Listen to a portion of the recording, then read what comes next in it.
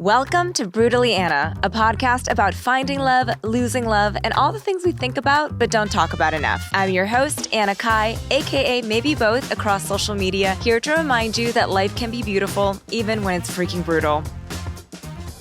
If the old adage, you are what you eat, rings true, then our guest today, influencer Hayden Cohen, aka Haters, is the epitome of you are what you make fun of. Since 2020, Hayden has been keeping us all laughing with his sometimes too accurate impressions of the influencers we love to hate and reminding us all that life is so much better when we don't take ourselves too seriously.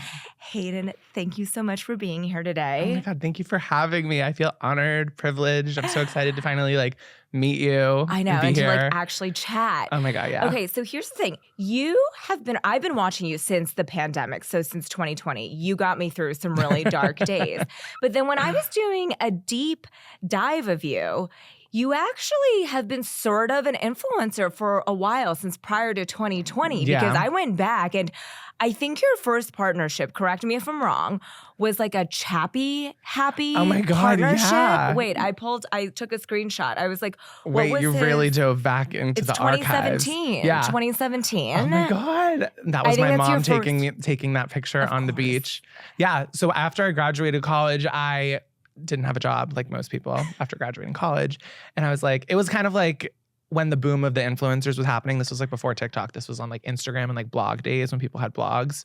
And I was like, oh my God, this is so fun. I want to just start posting random shit like this. Right. So my mom and I just like went to the beach every day and like took pictures with like different things. That was one of them, which is such a cringy picture. Like I need to archive that. Like what was I thinking? No, you don't. It was part of your journey. It was part of my journey. But then during all that, I was also working at a PR agency, like working with influencers. And then when the pandemic hit, I was like, I need a creative outlet of like ways that I can like kind of shit on these influencers that I'm dealing with every day, because it was a lot.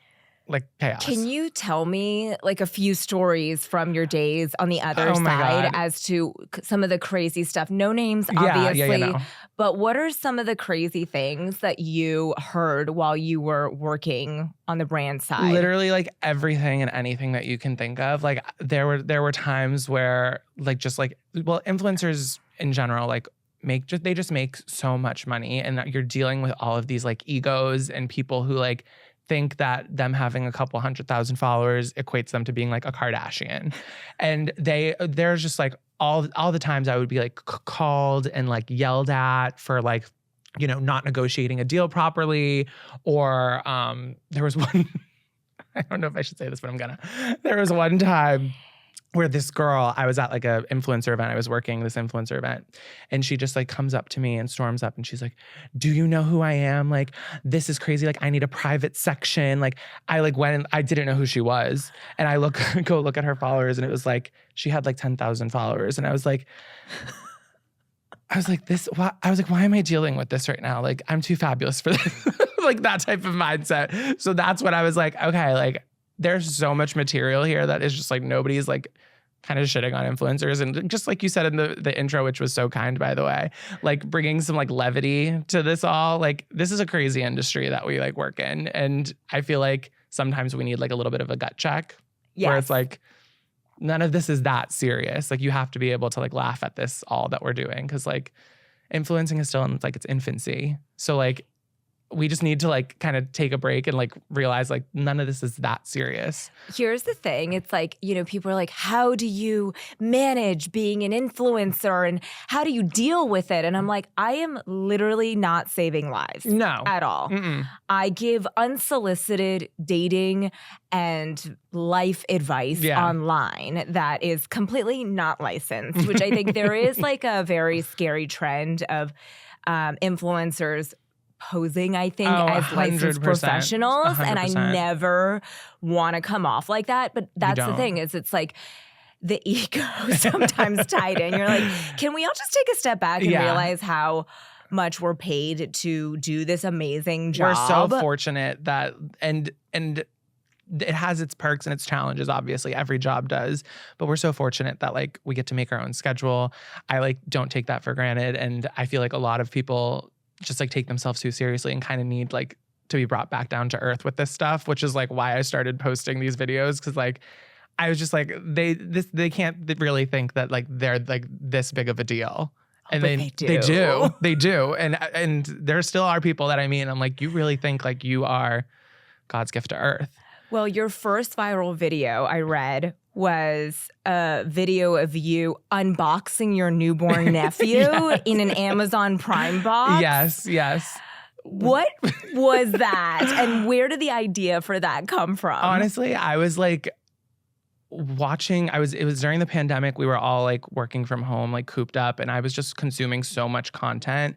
And I was seeing so many of these unboxings, which I personally don't like unboxings. Like, I get that they're a fun video to like film when you're getting all these cool things, but like, it's kind of, again, like reality check. Like, how fortunate are you to have like 100 boxes piled up at your front door? Like, that's so unrelatable to me. And I was watching all of these during the pandemic, and my sister had just had her second baby, and I was like, I want to unbox my nephew. So I text my sister, I'm like, I need to unbox Rylan for a video. And she's like, come over, and just filmed it. Literally, like, did it in like one take, and was like, you never think the things that take you, that are that quick, that are like a split second idea, are going to be the ones that like go viral when you're creating content. I always like, they always are. It's always those videos. So that one was just, it took off. It really was like, oh, like, I need to do more of these like mocking influencer videos because they resonate with people. Like, people want to see that type of thing. So then it kind of just brought me to where I am today, which is crazy. You just kept going with it. Yeah. And by the way, I still think there's not really a ton of influencers like you, obviously, because it's a little bit dicey. There's actually one guy in the UK that I really, he doesn't quite make fun of influencers. He just makes fun of posh people in general. Yeah. Have you heard of Henry Rowley? I've definitely seen his videos on TikTok. Yes, he's hilarious. And it's a very similar kind of style of humor where but I think the thing is that has made you so relatable and so successful is that you're not mean. Yeah, I mean, I don't think you're mean. And I'm an influencer. So I'm sure there are some people, and I know there's some people in your DMs that have reached out thinking that you are directly talking about them. And you're like, I have no idea who you are. No, quite literally, but thank you for being a stereotype and calling yourself out. I never want to like directly attack a person. Everything I do is more focused on like influencer culture in general. Like, it's never going, there are people that like, I'll take inspiration from here and there, but I always have this rule of thumb that like, if I see something 3 or 4 times, then I can like make a video about it from 3 or 4 different people. I don't ever want to have somebody like feel like I'm singling them out, because that feels like bullying to me, which I don't like. Exactly. Yeah. And I think I think my favorite videos that you do, and some of your most successful ones, are you were very of the moment. So you did one during the Super Bowl where you were making fun of these influencers. You're like, just had a quick little Super Bowl party. And I'm like, I ordered wings. No, right, same. And some of these spreads, I'm like. The snack stadiums that are like these huge, like, kind of like middle school science fair projects with like styrofoam. Like, it boggles my mind. I'm like, hats off to you for being able to do this, but like, I would simply pass away. Like, I could not handle it. I'm like, how did these people do these things? Like, I'm just like ordering like McDonald's on Uber Eats for the Super Bowl. Like, that's my gourmet. Which, by the way, that's actually, if you are going to order McDonald's on Uber Eats before the Super Bowl, you need to time it, because I have ordered wings or anything like way too late, and they're like, you will have to wait until the Super Bowl is over. No, you're not getting to get them. these wings. Yeah, no, because everyone else is strategic. Ordering. Yes, it's genuinely strategy. So yes, that is a strategy too. Ordering is also an effort on the Super Bowl. Oh my God, yeah. Yeah, so just do something like Chinese takeout, because you can't go wrong with that. You can't go wrong. No. So it's funny because for as long as you've been around, there's actually, and you and I were talking about this earlier, I don't feel like there's a ton written about you online. People don't trash talk you on Reddit, and I try to do extensive research on all my guests to see what people are saying about them. I was like, people just like Hayden. Oh my God, so I'm I guess I'll just have to like take him at his own word about himself. But I've always been so curious about your life because you share a lot of it, but it's in bits and pieces. Obviously you're gay. And so I'm very curious as to kind of what your childhood was like growing up. You grew up in the suburbs of Boston. My husband's also from the suburbs of Boston, so I'm very familiar with the area you grew up in. You 508 area code. Shout out. You seem to have a very close relationship with your family. Can you just walk us back and tell us about your childhood and who you are and how you came to be? Of course. So I grew up in a small town outside of Boston, like you said. Very like tight-knit community. Everybody knows everybody type thing. I'm the youngest of 4. My sister's the oldest, and then 2 brothers, and then me. And we're all really, really close. It's 4 of us in 5 years. So my parents were getting after it. Like I'm always like, I don't know how the hell you guys did 4 kids in 5 years. And me and my brother are like exactly a year apart. So I'm like, are you Irish twins? We're like 5 days apart from being Irish twins, which is like when my parents got the green light, they were like, go, I guess. So like, I don't know how they did it. But yeah, I've always been like super close with my family. I always like knew I was different. I never like, when you're young, you don't like have a title for it, like in terms of like knowing your sexuality. And this is like in the 90s, there weren't like as many like role models for like the coming out experience as there was now. Like we didn't have social media. Basically. We didn't have TikTok and like YouTube where like people were coming out on YouTube and like, you know, remember that like era of like, I'm gay on YouTube. It was like a whole thing. And you like, were already well into your gayness by the time that happened. I like walked out of my mom's vagina gay. Like I was like, they knew from the instant that I could like speak, talk, like I would walk around with like a blanket on my head and I would have to wear it to the supermarket and I would flip my hair. And you'll probably see in our conversation, I have like these like isms. You do. You flip your invisible hair. I flip my invisible hair and I tuck my hair behind my ear. And it's genuinely because I would walk around with a blanket so much as a kid on my head that I like, it's just like a tick that I do, which is so funny. So yeah, my parents always knew I was gay. I never had this like dramatic like coming out experience to anybody. The only one that I did have actually was with my mom, but she told me she knew I was gay. So it wasn't like me being like, I'm gay and like this whole like theatrical thing. It was always just kind of like, Hayden's gay.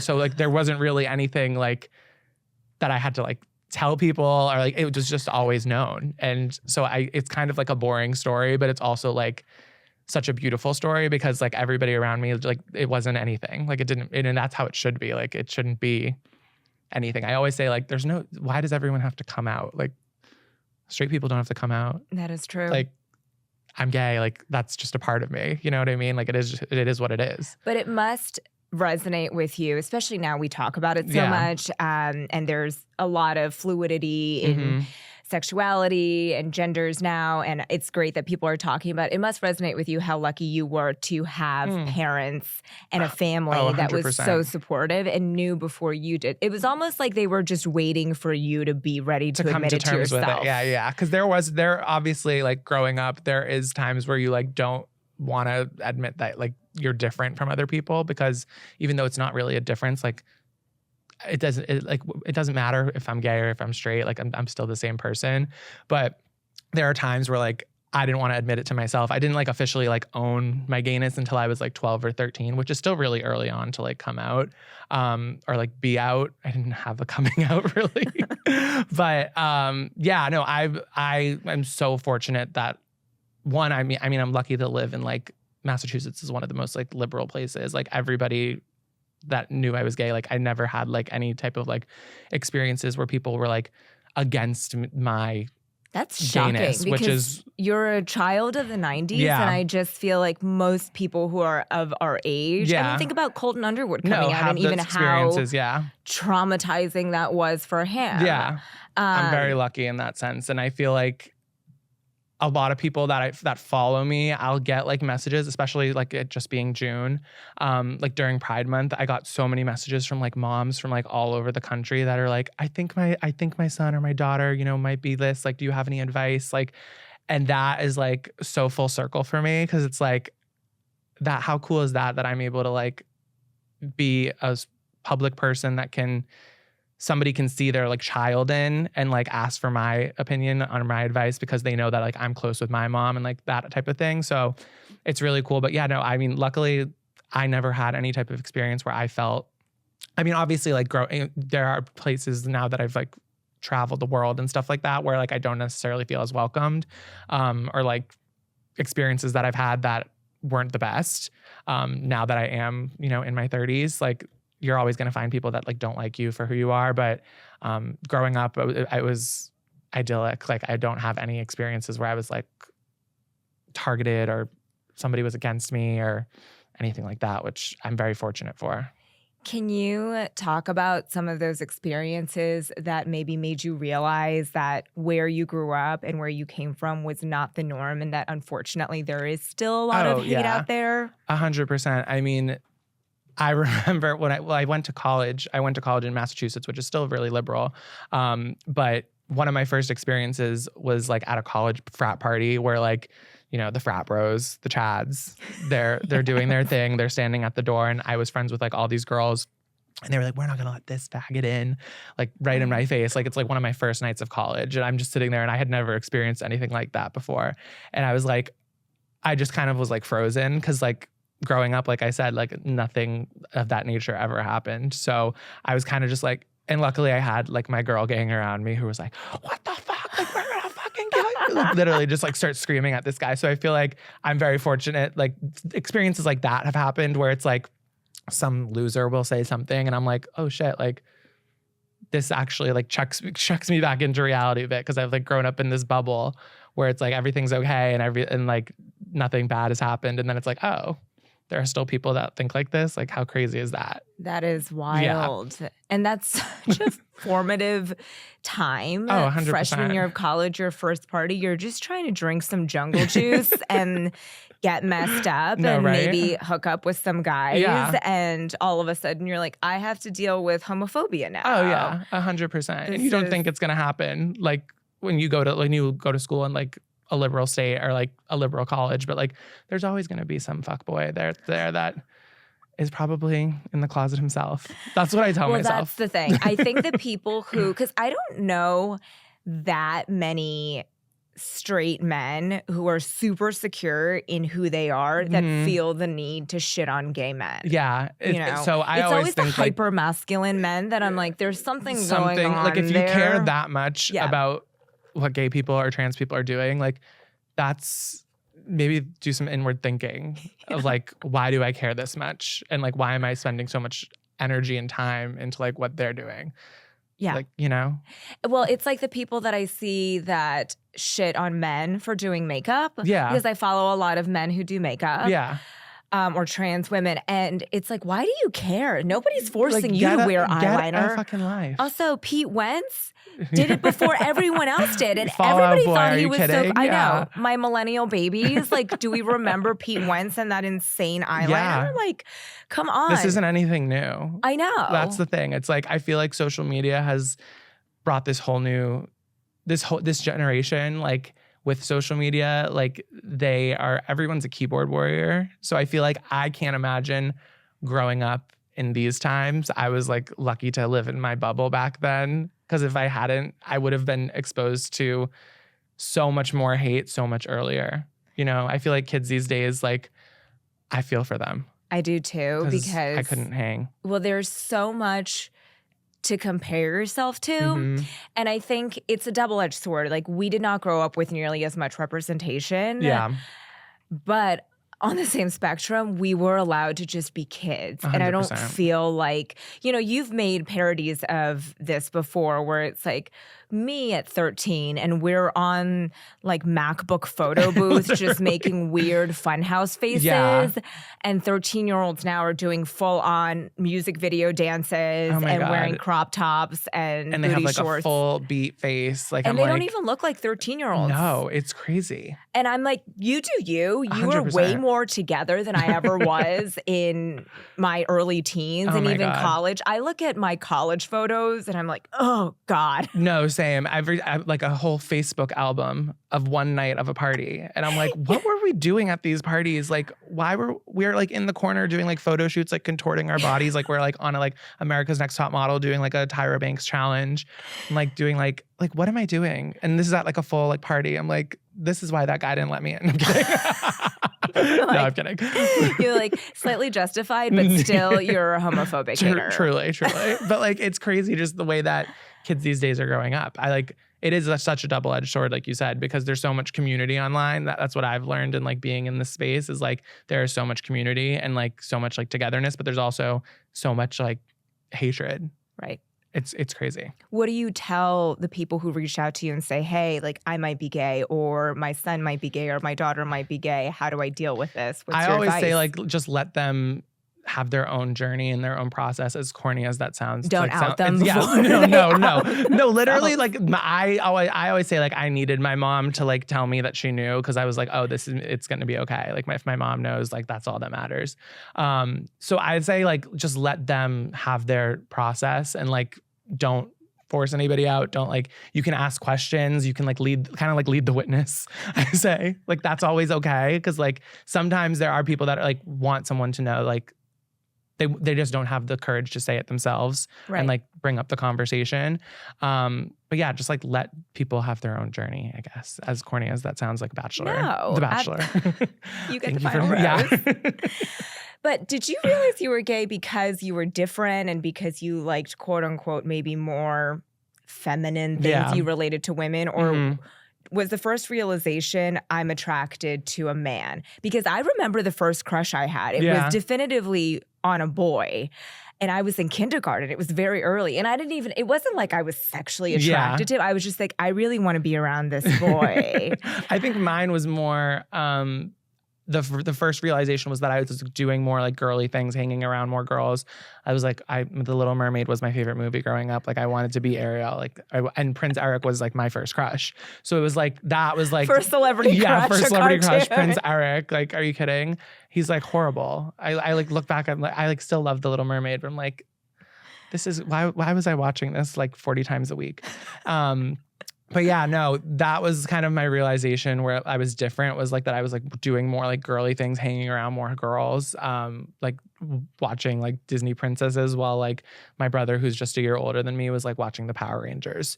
And when I did watch the Power Rangers, I was always the pink one or the yellow one because they were the girls. So like I kind of, that's where it came to. And then I did realize like pretty early on, like I was more attracted. I was never like, like you said, like it's not like a sexual attraction to a man when you're like 4 or 5 years old. It's just like more of like a inclination of like, oh, like I like them, like a little crush. So like, yeah, I definitely think I realized it pretty early on that like that was me, and like my parents did too.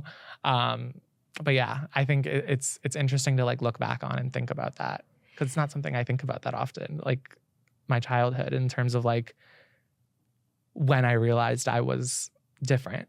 Yeah, because it is, and it's so interesting hearing you talk about how natural of a progression it was, because I think there's this school of thought, unfortunately, that you can turn kids gay. Which is crazy. It's wild to me. I'm like, why wouldn't you? I always thought this too, especially when being gay was far less socially acceptable. Even 10 years ago, I feel like it was still a little less socially acceptable than it is now. Yeah. I always thought, why would somebody choose to make their lives more difficult? Yeah. You know, I'm choosing to be like, gay. Trust me, I would not have, you think I chose to like men? Like, it's a curse.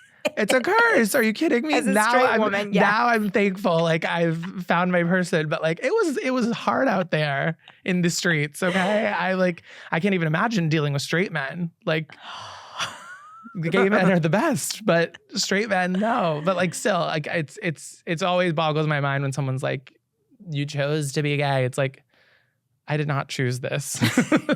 This was thrust upon me upon birth. Like I personally am of the thought that like you're born gay, like you're born naked and the rest is drag, like RuPaul says.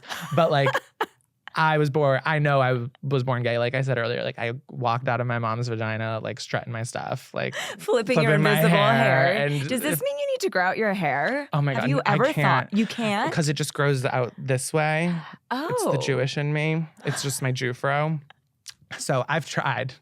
Trust me, I'll show you pictures of myself when I was in like middle school and high school, and my Jufro was absolutely insane. It's interesting because I wouldn't have guessed that from the way you have a cut, but that's probably why I've you learned and I've grown. Thank God for that.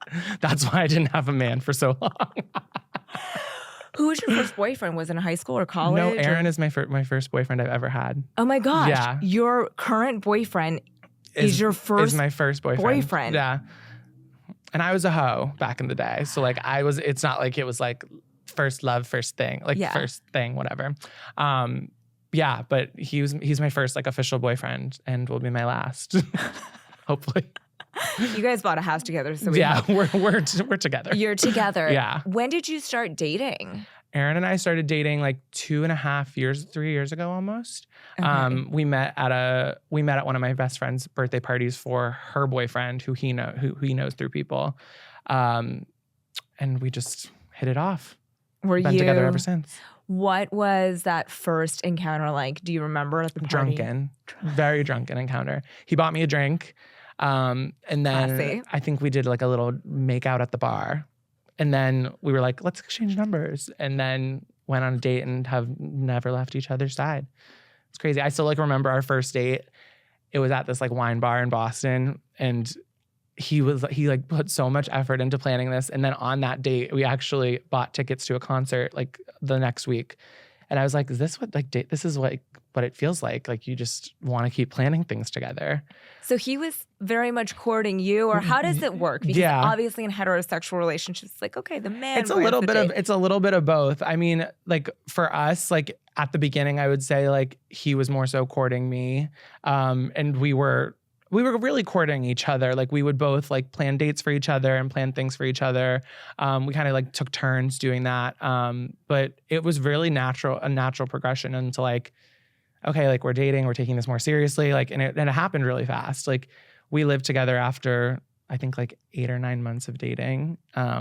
Which that is fast. I mean, my parents were engaged after 6 months of dating. And like, I feel like you don't hear those types of stories anymore. Cause like, there's just such strict rules that people set on themselves. Like we have to date for a year, then we move in together for a year, then we get engaged for a year, like then we have the wedding. Like so it's just it all happened really naturally, which like I always saw for myself. I always was like, I'm gonna marry the first person that like I date seriously. And my friends all said it too. You said that to yourself? My friends all were like, you've never had a boyfriend. And I'm like, stop rubbing it in. I get it. But I was like, they were like, you've never had a boyfriend. Like at this point, I feel like the first person that is your boyfriend is going to be like your husband.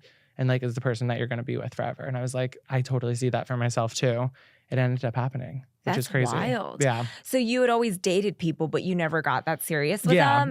Never got that serious with them. Like would always do like the 3 date and then be like, don't see it for myself. Aaron was like the first person I just didn't get annoyed with, I guess.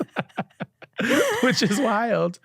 That is wild. Yeah. And I think that's a testament also to maybe how secure you are in yourself, because I feel like a lot of people, and I know I did, and I speak from experience, I got into relationships with a lot of men that I probably shouldn't have because I was looking for validation. Mm-hmm. I was not secure in who I was in my 20s. And I was like, well, at least if I have a boyfriend, I'm secure in that. And you were like, bitch, I love my life. And you are disturbing my peace. Well, it's weird. I've like seen my siblings all go through different relationships, and my friends too, like all my girlfriends, I'm really close with them and have seen that like the trials and tribulations of their relationships. And my relationship has just always been so easy. And I'm like so lucky about that. Like I'm not a confrontational person. Like you see all these relationships on like TikTok and stuff that are like these like toxic situationships. And like, I just never saw myself having one of those or even when like I do bicker with Aaron, like if it's in front of people, like that like kills me. It irks me to my core. Like I'm like, I never want to be like one of those like couples that's like fighting at the bar. And we never have been. Right. Like every problem that we have, we handle very like maturely and like have like a sit down conversation, like a Barbara Walters special, The View. It's a whole round table. No, but like I've just always seen myself like having that's like sturdy relationship. I feel like it's because my parents have one that like it's just like all I saw was like their peace and the way that they talked with each other and like how they were kind of each other's like perfect fit, that like I just like saw that for myself too. And you were weird. like, I'm not going to settle for anything No. less than just peace. Mm-hmm. And I think what I love about you is that you live this life that's very online and you're very dramatic in your videos.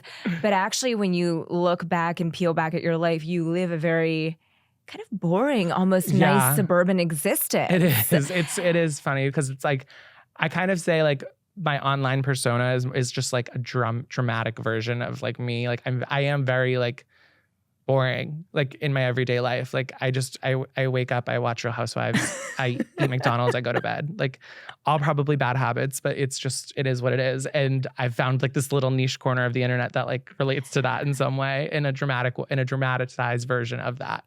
So I'm very lucky. Okay, so in hetero relationships, there's this constant debate on social media about who should pay for dates and then who should pay for things in a relationship once you get into an LTR. What's your take on who should pay for things in a gay relationship? How do you and Aaron manage that? I feel like finances is a huge topic. I think when you first start dating, it's really hard because like in a gay relationship, we're both men and everyone's like the man should pay. But we kind of go through the mindset of like whoever plans the date pays for it, whoever like thinks of doing the thing or whoever like makes the reservation will pay for it. So we've kind of just been like grandfathered into that since like from when we first started dating to now. And we don't really go on like a ton of dates. We do like a monthly date night just because our lives are kind of crazy right now with like everything. So we like make a conscious effort like every other month the other person chooses. Like, so like this month I'll like plan a date. Next month Aaron will plan a date. And then whoever plans that date pays for it. But I feel like it's hard in gay relationships because like obviously there's always going to be like wage disparity between like between people, between partners, unless you like have the exact same job at the exact same company, which like who does that? So I always am just like, if you make more than me, like you should be paying. Like, I'm sorry. Fair. And vice versa. Like if I make more than you, like I should be paying more sometimes. But we've kind of found this balance that works for us where it's like, if you plan it, it's yours, you own it, you pay for it. Which I feel like is a good way to also just like consciously plan dates for each other. Because when you're in a relationship for a long time, you kind of lose like wanting to go do those things. Like, trust me, I'd rather just stay in the house and do nothing and cuddle up with our dog and like watch Bridesmaids for the 40th time. But it kind of forces us to be like, no, we need to like have a date night and like keep things spicy and romantic and fun. Yeah, especially in a long-term relationship, I think sometimes do take each other for granted because you're so comfortable. And so it's nice to kind of spice things up a little bit every now and then. Yeah. How do you guys handle in terms of like the bigger picture stuff, like with a house and everything? And obviously you don't have to get into the nitty-gritty details, but again, I think it's such a huge topic on social media because women end up taking their lion's share of the unseen work in a relationship. So who does what? How do you guys figure out who pays for the mortgage and the taxes and all the fun stuff? And then who does the laundry? Who does all of these things when you don't have the societal pressures of saying, well, you're the man and you're the woman. Yeah, you have to provide or whatever that is. We have always been like super open with each other about like every facet of our life, which again, just like comes with like the comfort of like being in a relationship for a long time, I guess. But we've always kind of set aside like our own jobs that we have. Like I am fine with taking out the trash and doing like the laundry. He's more of like the dishes and like the cleaner. Whereas like I'm more of like a deep cleaner. He's more of like the everyday keeps it clean. He's the thing. organizer. Yeah, he's like the organizer and the cleaner, and I'm like the more of like the like bigger picture. And that's kind of how it trickles down into like our finances too, where it's like I'll do like the bigger picture things, like the larger purchases, where he will do like more of like the everyday, like go to the Target and get like the trash bags and the sponges and all that stuff we need. Because I just don't think of those things sometimes. And he is very like thoughtful in that like he sees that like the trash bag is like the last trash bag. I would just take it and put it in the trash bag and not think of it again. He's like, my husband. He's like, oh no, like that's the last one. We need to have back stock of that. And like I'll go to Target to get those things for us. Whereas I'm like, oh, whoops. Somebody bought new trash bags. Who was it? It was Turk. Obviously, it was the dog. It was the dog. So you're very complimentary in that way.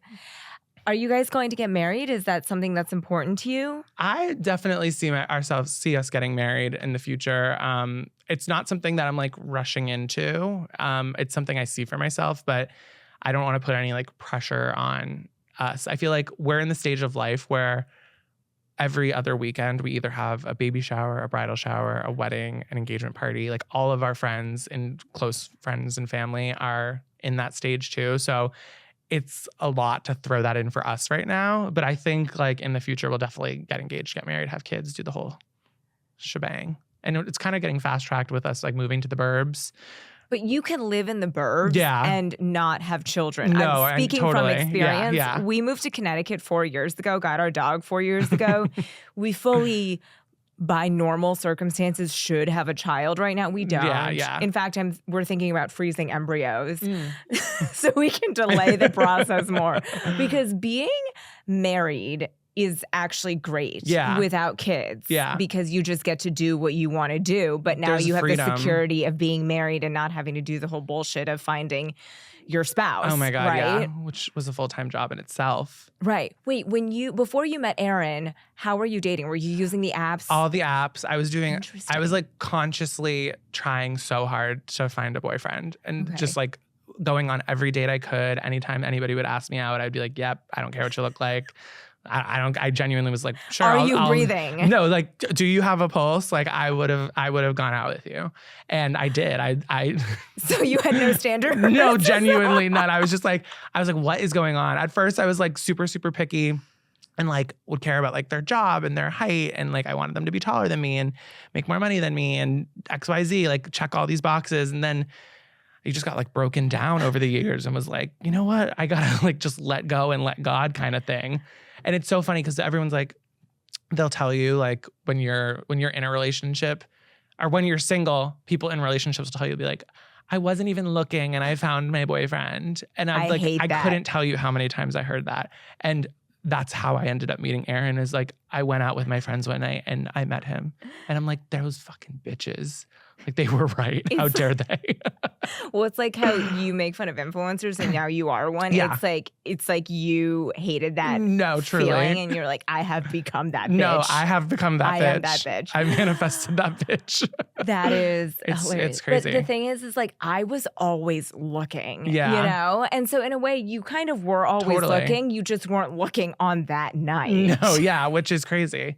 I was lucky, I guess, that night that I wasn't looking. Did you have a favorite app before you met Aaron? I loved Hinge. Interesting. I mean, gays, we have like a couple different like levels of apps. Like there's Grindr where you just go to hook up. Is it strictly actually just hookups? I'm sure there are people that like have met after hooking up and like met while hooking up and we're like, oh, like maybe we should go on a date too.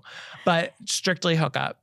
Then there's Hinge and like Bumble and all like the ones that like the girls have and like everybody has like Bumble, Tinder, Hinge. Never was a fan of Bumble or Tinder. Always was a fan of Hinge. I feel like Hinge you can like show your personality a little bit more. So I preferred that. I feel like most of my friends prefer that right now that are single. Right. But yeah, I was on Hinge like crazy.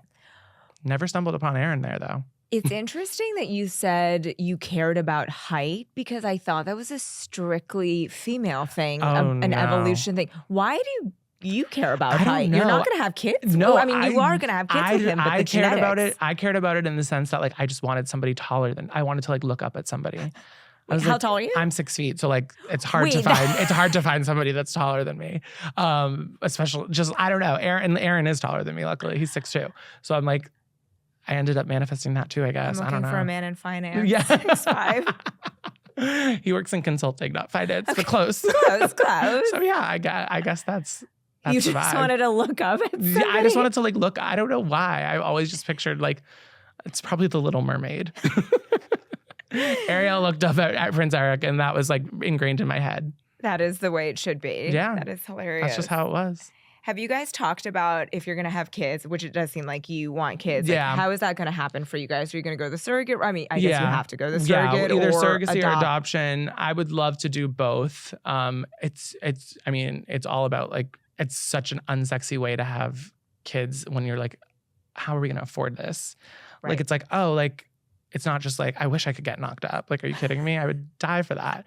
It would save so much money. But it's like, we have to start, and we also have to like plan it. We have to start like looking into, how long it takes process. and how much we have to save, what it's going to cost. We definitely want kids in the future. Aaron's 1 of 3, I'm 1 of 4. So like 3 or 4 would be amazing. That's very expensive if you're very, very expensive surrogates. if you're doing surrogacy for that. So I feel like we'll probably do a combination of like surrogacy and adoption. You're going to be like the Angelina Jolie know, of right? Hingham. Minus Brad Pitt though, minus the toxicity of their relationship. Angelina, yes. No Brad. No Brad. No Brad. Yeah, both of you are Angelina. Yeah, with we're both Angelina. With the UN of children. Yeah, right hopefully. there. Hopefully it works. That is, yeah. But that is interesting that you have to, because here's the thing though, don't feel too bad. I do feel like heterosexual relationships, I have a lot of friends who have difficulty getting pregnant, who want multiple kids. And because we're at the age where everyone's trying now, you see that just because it's a man and a woman does not guarantee that you will get knocked out. Yeah, 100%. No, I have so many friends dealing with that too, like, or some of my siblings and extended family who are like having trouble getting pregnant. So I say it in more of like a way that like, I just wish I could get pregnant. Right. Would you though? Because oh my God, you 100%. would get pregnant. I would if I could. I do not want to be pregnant. I would just love to experience it. I know this is why you are gay. This is why I'm gay. This is why I walked out of my mom's vagina gay. No, but yeah, I would love to experience it. It would be so cool. I cannot relate. If I could, I would. I wish I could pay you to be my surrogate. Oh my God. I'll take that job all day. That is, I feel like you'd be a very good surrogate. Like you wouldn't smoke or like do drugs. Never. You'd have to stop drinking for a while, but maybe, that would be. You can have a glass of wine every once in a while. Apparently so. Yeah. That's like, I know people who have drank occasionally. It's healthy to have a glass of champagne while you're pregnant. Don't take my advice. Eat sushi or raw Yeah, fish. right? Of course. I can have a tuna roll. Something like that.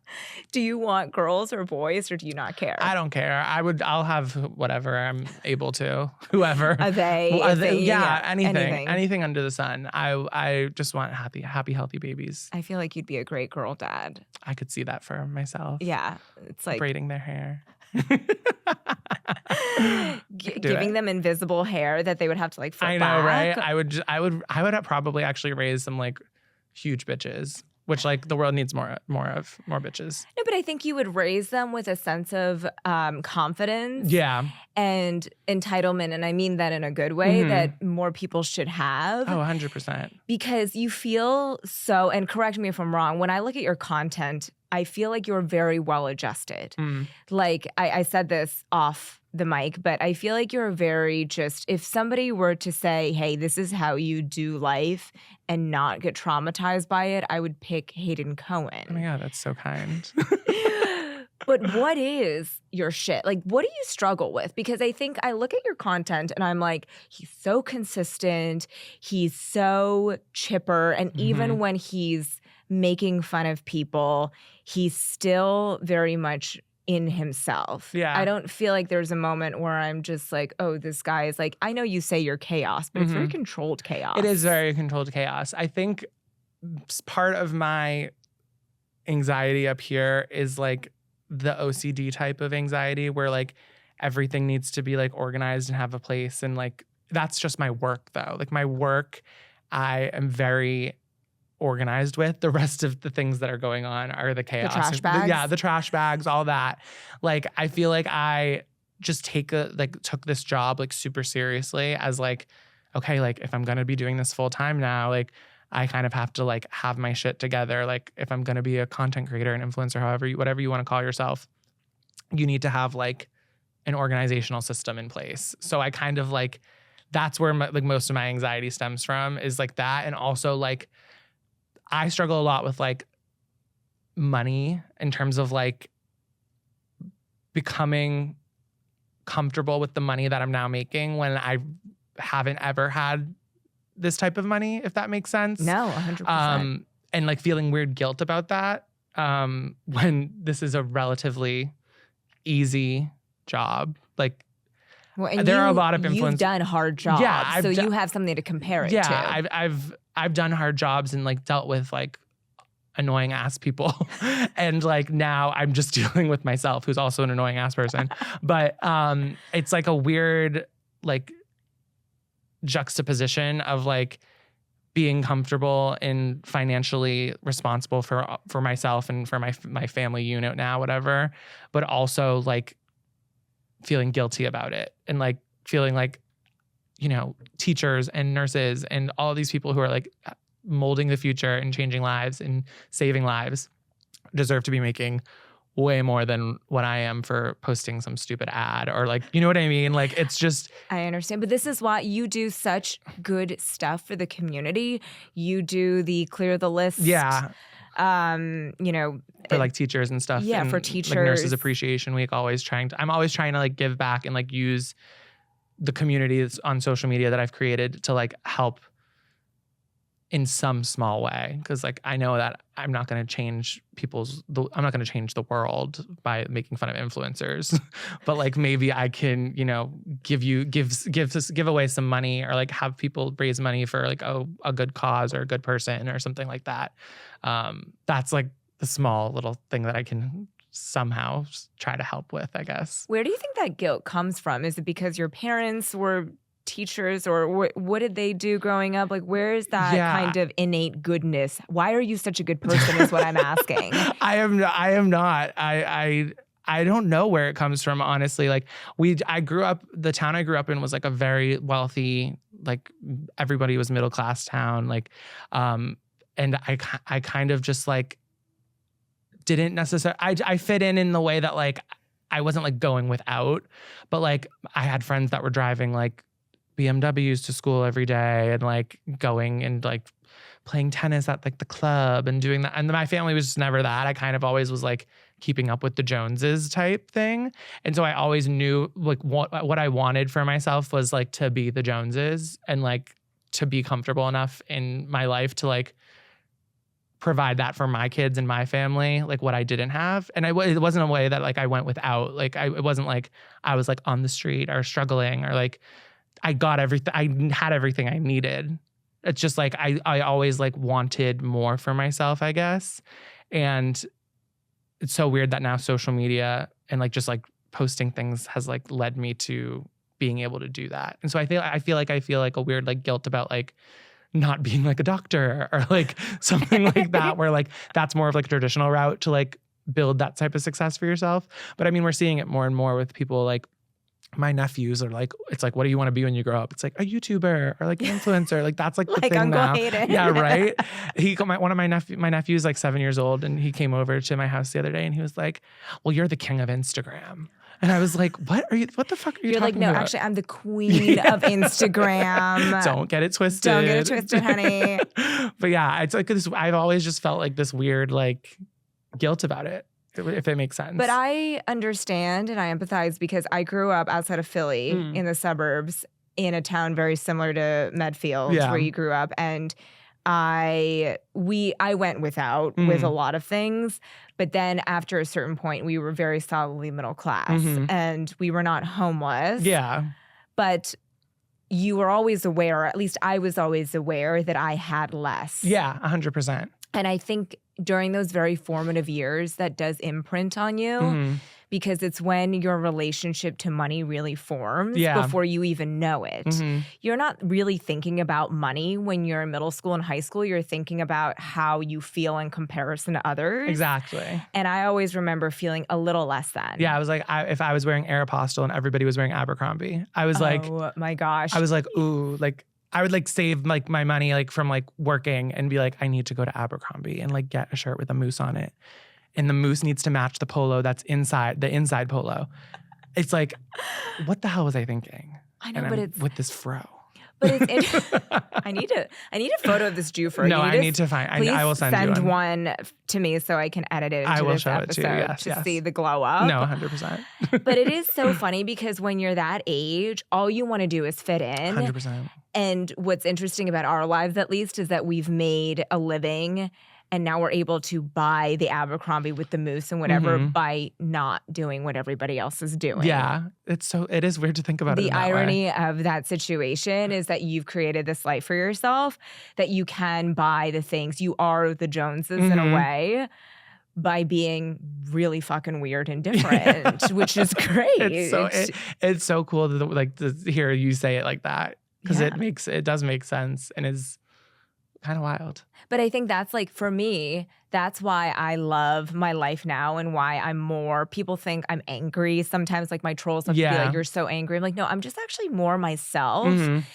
And I feel entitled to be angry about certain things. Not all the time, but I feel entitled to be who I am now because I made it here without having to answer to the masses, Totally. essentially. And I think that's kind of what the world needs more of, is just people telling other people, go be yourself. And don't feel like you have to please other people in order to get the life that you want. I mean, did you go through a people-pleasing phase? Oh, I'm still in my people-pleasing phase. I say yes to everything. Like I'm learning as I get older to say no to more. I feel like there's so much power in saying no. Yes. Like, I mean, so no, much. but yes. Yes. No, but there is truly so much power in just like saying no and like protecting your peace. I feel like that's like the era I'm in, as like corny as that is. Like I'm like worrying about me and protecting my peace and like my unit's peace. Like I've gone through phases of just like saying yes to everything, going to every event, doing everything. And like that burns you out so quickly. And like right now I'm keeping it all. I'm keeping this all in. So what do you do to keep your peace? Like, what does a nice weekend or a break from being haters look like for you? Honestly, I take the weekends off social media. I treat it like a job, kind of. I do treat it like a job. Like I said, I have like I'm very organized in like my systems and stuff. But yeah, Saturday and Sunday, I don't post anything on social media. I truly unplug, and then just like surround myself with like my friends and my family. Like I mean, like last night I was out like partying. Like I love to like go out and have a wild night. I love to have like a crazy tame night in too. Like it's those like kind of just like recharge my battery so that I'm able to, film all this wild, weird stuff during the week. And not hate yourself. And not be like, what the fuck am I doing? It's like, whoa, I get to because like, I don't ever want to be somebody that like people are like, they're always on their phone or like, and I feel like my screen time is so high because, excuse me, because like I'm working 8 hours a day on my phone.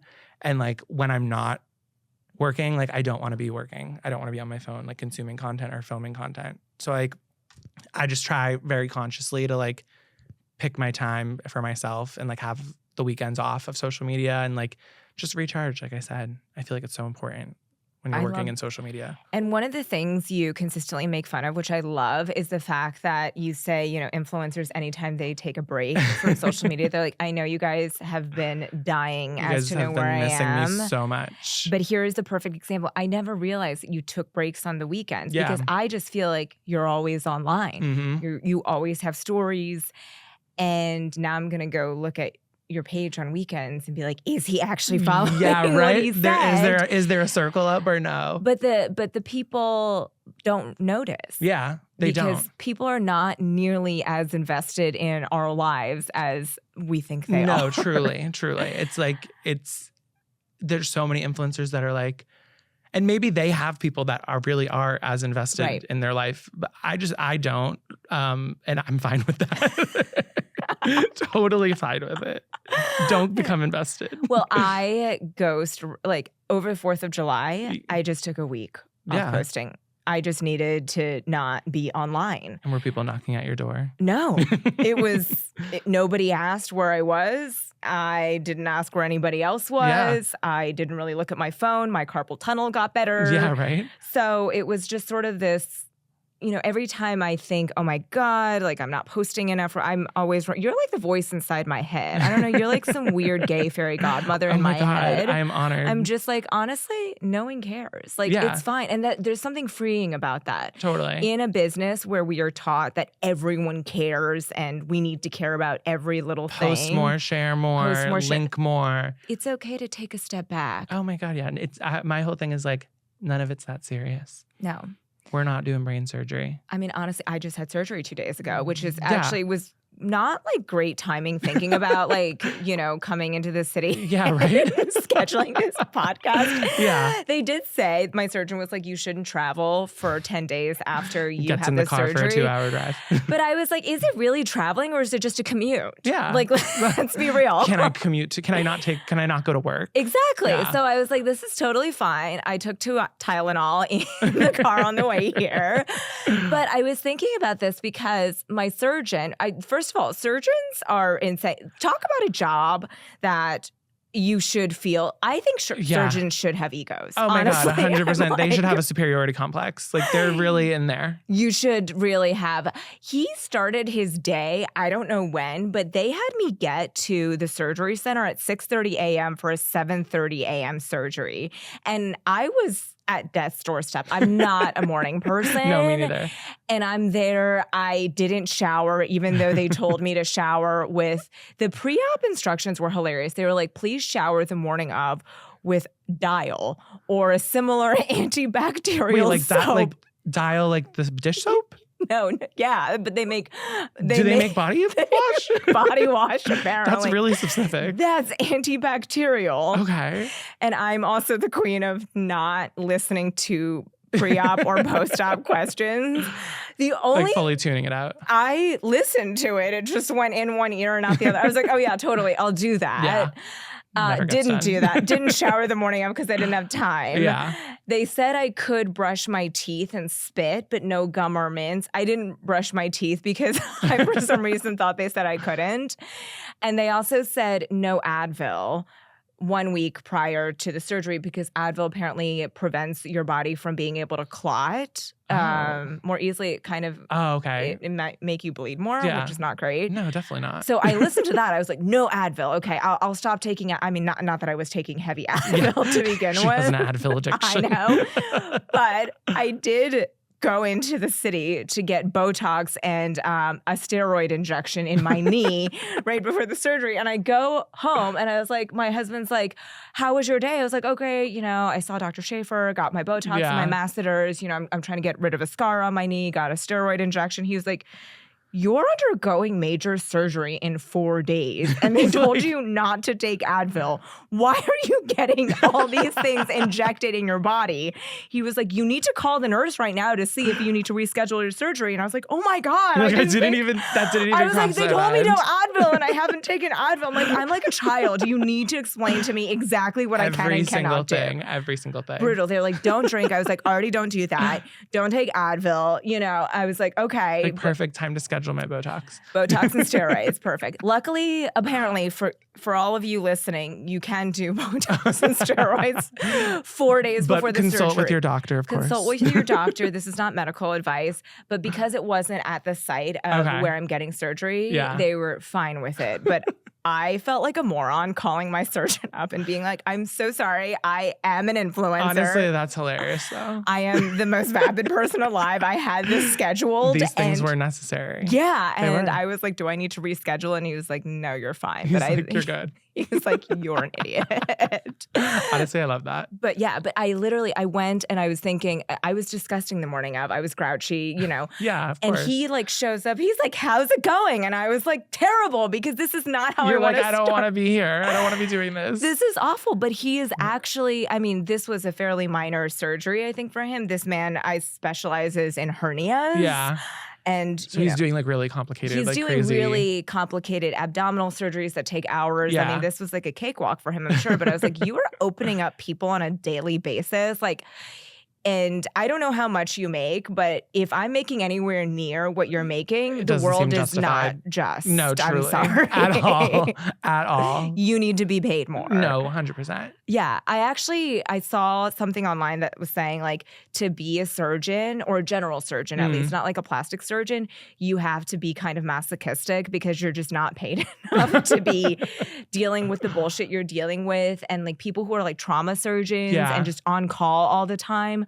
Couldn't be me. Where do these people come from? No, I don't know how they do it, how they function. I'm like, why are you such a good person? Again, I asked you this before. I should ask my surgeon this. Like, why are you such a good... We should all ask our surgeons. But, he asked me when I went to do a consultation with him, they're just trying to make you comfortable. And he was like, what do you do for work? And I was like, I'm an influencer. And it's always so awkward when you have to say that. Whenever somebody asks me that, I'm like, I'm an influencer.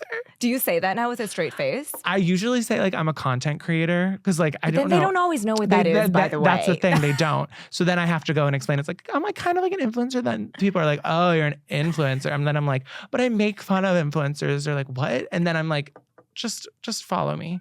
Please help me pay my mortgage. You're like, this is so awkward. It's always, and I don't know why again, it's like you carry this like weird feeling about like, it is imposter syndrome. You're an influencer. It's like, what? Yeah. Well, it's also, especially when you're in the room with your surgeon who went to medical school. Yeah. I'm like, I'm an influencer. And he was so nice about it. He was like, oh, like Dr. Pimple Popper?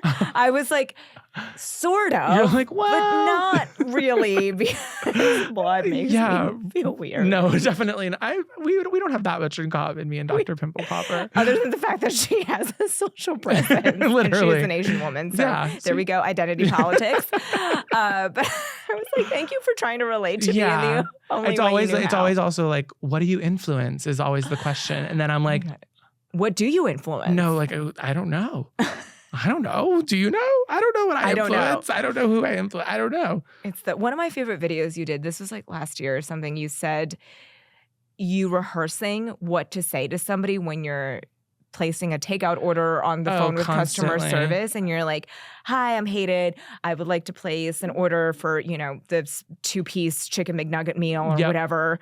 That's also a really non-existent sad meal. Who gets two chicken two nuggets? I feel bad for you. So it's like, but and then you get on the phone with them and you're just like, oh yeah, you just fully choke. I died at that video because I was like, why is that so real? Even like rehearsing like how to order at a restaurant, it's like I look at the menu and when I see the server coming, and I say it in my head over and over again. I'm like, I want the chicken parmesan. I want the chicken. Can I get the chicken parmesan, please? Like, I'm like, I do that in my head constantly. I'm like, why am I doing this? Like, can't I function like a normal human? Like, don't let me out. Like, I need to be caged. And then they come, and you're like, I would like the. No, genuinely, that's what happens all the time. They're like, who is this person? And then they ask me what I do, and I'm like, I'm an influencer. No, it's just like, it's chaos. It is chaos. I hate that question at parties. You're just like, why can't I just, sometimes when I don't want to feel, can I just exist?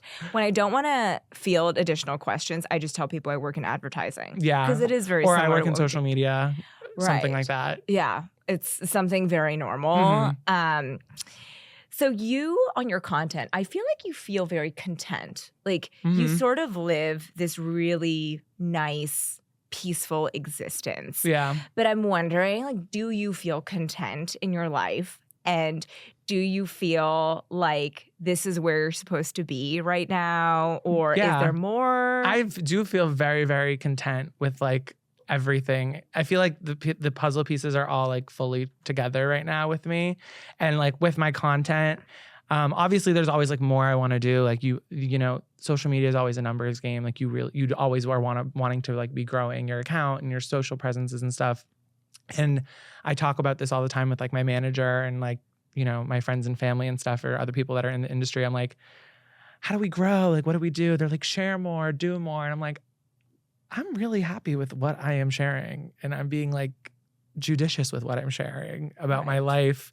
And a lot of the content I do is like skits and stuff like that, and I'm like, I like that. Like I want to stay in here and like do this and like ride this wave, because like I don't want to throw another hat in the ring and like because I think there's a lot of pressure to be on every platform or to expand your and to be sharing more about your personal life. And like sometimes, like you said, you were like, I couldn't find anything about you. And I was like, that is on purpose. That is on purpose. Yeah. And like, I feel like too, a lot of times people will like pressure, and like people want influencers to like have influencer friends and like run in these influencer circles. Like you see all these people on TikTok and on Instagram, and they have this like this cult that they run with. Right. And it's like, that's never going to be me. Yeah. Like ever. Cause like I have like my people.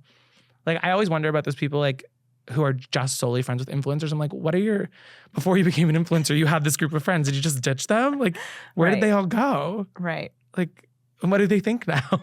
Well, I think also a lot of people become influencers and then they move to LA or New York. Yeah. And I've heard you say before, I'm never leaving Boston. Oh, ever. I will never leave my family. Never will leave Boston, ever. Yeah, and I can't imagine. And now you moved even further from you technically don't even really live in Boston. You live an hour outside of Boston now. You just bought a house in Hingham, which is this idyllic seaside town on the South Shore, which is even further. My Nancy Meyers life. Yeah. That's all I want. But that keeps you in check. And I think in a way it's funny because a lot of people, I think, bite the hand that feeds them, which is their audience. Yeah. They come up being relatable and then they become not relatable because all of a sudden, like you said, they have all these new friends and everything. And you are like, this is what makes me happy, being boring and living my life prior to haters. And I'll be very content in that forever. And like it's never going to change. Yeah. And I love that you're just like, because I think the push is, I should be doing more. 100%. I should have a podcast or a book or this or that. And speaking from somebody who is watching a podcast, I'm like, that is so nice that you're just like, I'm going to do me. I'm great. Yeah. And hopefully it all works out. If it doesn't, we pivot. Again, it's not the end of the world. We're not curing cancer here as much as I want to. I'm just making people laugh, and that's all I want to do. And I'm very happy in doing that until people get sick of me. That is amazing. So last question, but what's the best rejection you've ever had? Ooh. A butterfly effect, so to speak. You know, people talk about that on social media. Like, I'm so glad this guy rejected me, or I'm so glad this job rejected me. I think it was the job I had before deciding to like go full time with social media and content creation. And I loved my job. I worked in like PR and social media and like the kind of the back end of like what we do, which like kind of helped me like get my footing in this industry. But it got to a point where like I was growing on social media and I was doing that. It was like kind of like my side hustle. And I also had like a full-time job. And my boss, and I'm still friends with her and I love her, she kind of like was like, you kind of need to choose like what you're going to do. So this isn't really like a rejection, but it's kind of like she's like, you really either need to like fully be in your job that you have that I'm paying you for, or like you need to kind of like go spread your wings and like do this side work that you're doing. She's kind of like, you kind of are not doing this job. No, literally. She's like, you kind of need to choose. And that was like the best thing that could have happened because I never would have left because I loved the company I was working at. I loved her. I would have. And the security of having a paycheck. Of course. And she kind of forced me to be like, okay, like I need to take this more seriously and like pursue this because like it is kind of like a once in a lifetime opportunity to be able to do it. And so I was like, thanks for forcing my hand and kind of like making me quit in a way, because then it led me to so many opportunities and possibilities that I didn't even like see for myself. And now that was 3 years ago. And thank God for that. It wasn't necessarily a rejection, but it was kind of like a choice that like I had to make. Right. That luckily she made for me. Because I can't make any decisions. I hope you give her all the PR. Oh, I do. Robin, hopefully you're listening to this if you're watching this. Love you, girl. That's amazing. Where can people find you? They can find me on Instagram, haters, TikTok, hi haters, because haters was taken. What? I know. It's so annoying. I've DM'd them to like, if you're watching this. Actually, my handle on TikTok was also taken. So I'm maybe both on Instagram, but it's maybe both on TikTok. See, like, come on, annoying. Guys. Give us these handles. But that's where I am. You can find me on the South Shore of Boston too, in my new suburban life. I love it. Thank you so much for being here today. Thank you for having me. This was so fun.